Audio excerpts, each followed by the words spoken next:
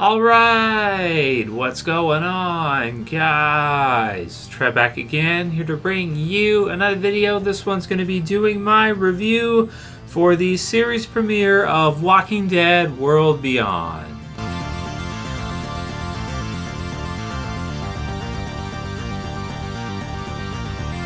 Alright, so this episode has hit on AMC Plus or AMC Premiere now, so you can go ahead and watch it if you want to, as has the Walking Dead Season 10 finale, or Episode 16, which I have the review already ready for, and I'm going to release it tonight at the usual airtime, because most people have told me over the years that even though AMC Premiere or AMC Plus is there, they still watch it at the regular Sunday nights. So the review for The Walking Dead Season 10, Episode 16 will be scheduled for you guys for release tonight at the end of the episode after everybody's had a chance to watch it. This show, on the other hand, I decided I would do this early review with you guys because it is a series premiere for Brave, Season 1, Episode 1 of Walking Dead World Beyond. So this is the new series that we've been hearing about for a while. It's got a 10-episode run for the first season. I'm assuming the next 10 weeks or so, or 9 weeks after this first episode. We'll get to see it probably after Fear and whatnot. They've kind of used it as an add-on for The Walking Dead's finale, and then the Fear episodes as well, too,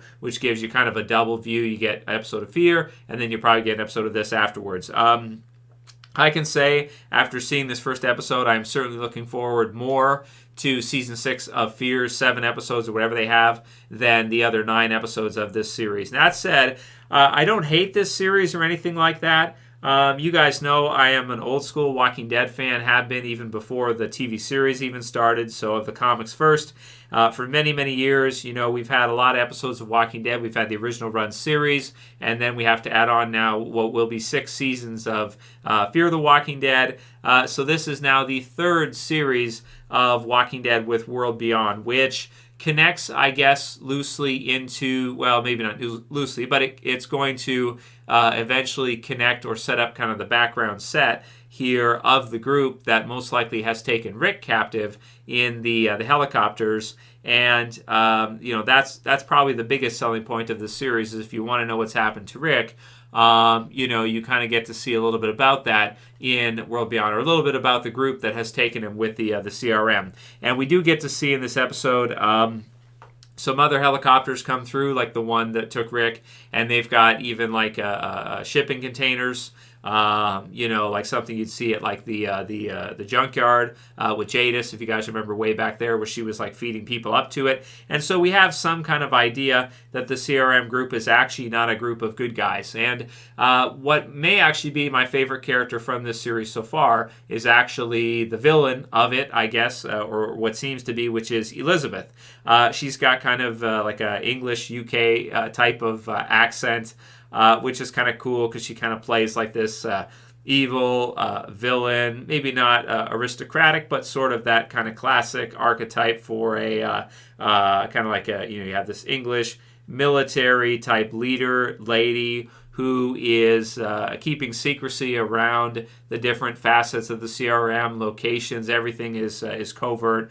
And so you have this school community that we get to see. We even see a school bus, NSU, near the beginning here. And you know, it's got almost 10,000 people. I think they said 9,670 or so in that community that are all kind of studying, learning. And then we get the understanding or idea that the ones that have skills or gifts are kind of fed up into the CRM and then taken and used for them for other purposes, like the father of who is almost, I want to say, our lead character for this series. It seems like it from the first episode anyway, which is Iris. In addition to Iris, we have her sister Hope, and so their dad has been taken, and I guess he's a chemist or scientist of some kind, and he's being used by the CRM, but they have very limited communication with them. The girls, Iris and Hope, have very limited communication with their father, so it sort of is like he's being kind of sent off to kind of covert what seems like might be like slave labor, something like this. And we kind of get some sense of that the people of this community don't necessarily trust the CRM and Elizabeth and these people, they don't like how everything is clandestine, and they're not able to communicate openly with the people that are taken and brought there. They don't even know if they're alive or anything. We get the sense that their dad is, but that he's being used in some kind of labor capacity for them for their own benefit. And so they don't like Elizabeth and the people of the CRM. And at the end of the episode, you can kind of see why. And what's probably the best part of the episode, which is where they show the community again after the kids have sort of snuck out to try to go rescue their father in New York City. And then Felix and Huck, I believe as well, left with them to try to protect them as they're going there, fearing that they would get themselves killed, when kind of the nice twist at the end of the episode is that we get to see that it looks like Elizabeth has lost faith in the people of this community and has gotten the notion or concept or idea that the people in this community may not be useful to them or may be rebellious against them. So she decides, it looks like to me anyway from the last scene, to possibly genocide it or to clean house. Either that or the wall is broken. You can see a whole bunch of bodies everywhere. And I'm not on Monument Day, and I'm not certain if that means that she killed all 10,000, if she decided to clear the whole place, if she killed a good number of them, or if anybody's still alive from this community, or if basically kind of the kids have lucked out in going off on this mission. They actually inadvertently saved themselves, because if they would have stayed there, Elizabeth, losing faith in this community, decided with her military to basically kill them all to clean house for this campus community.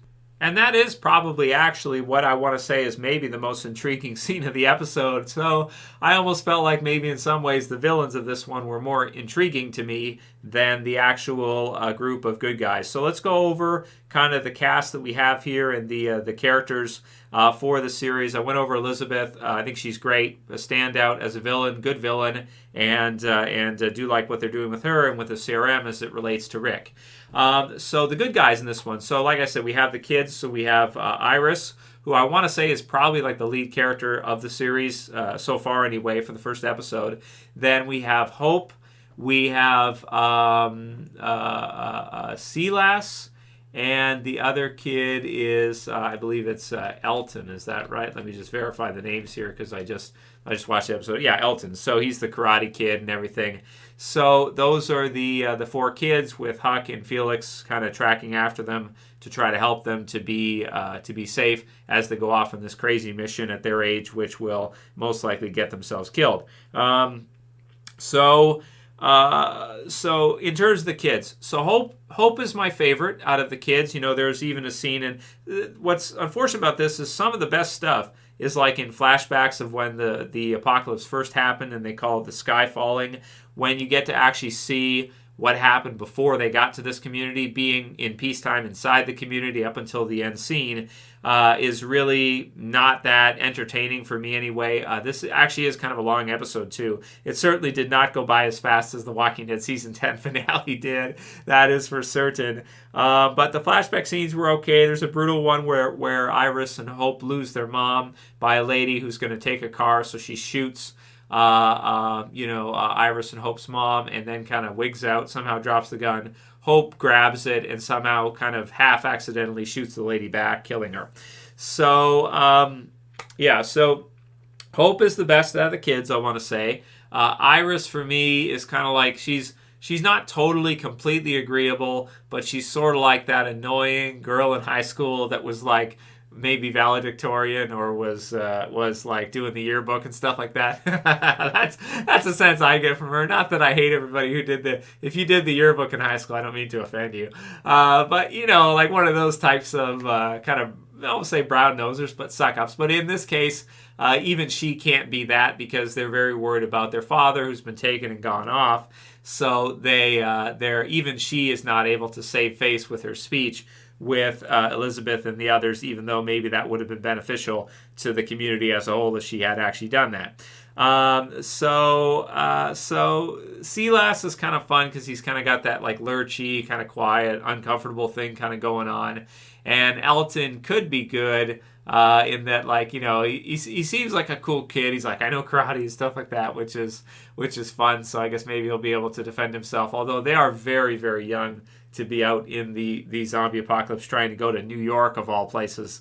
It just has disaster written all over it. So hence why Felix and Huck go after them, which I do like Felix and Huck a bit. It'd be hard not to, because they're trying to protect the kids and everything, and he's like their guardian since their dad's gone and everything. So that's what it is. So is it Stranger Things meets The Walking Dead? It is, but I find the kids to not be even close to as likable as the kids in Stranger Things. I mean, not even in the same ballpark, except for Hope, who's okay, like I said. So that's what we have. We started the episode off. We get a sense of what their life is like inside the community. It's long. It's not that intriguing. There's like this psychologist lady who dies at some point, turns into a walker, and attacks Iris. But there's like bars on the door, so it just gets stuck at the door, and then they put it down and everything.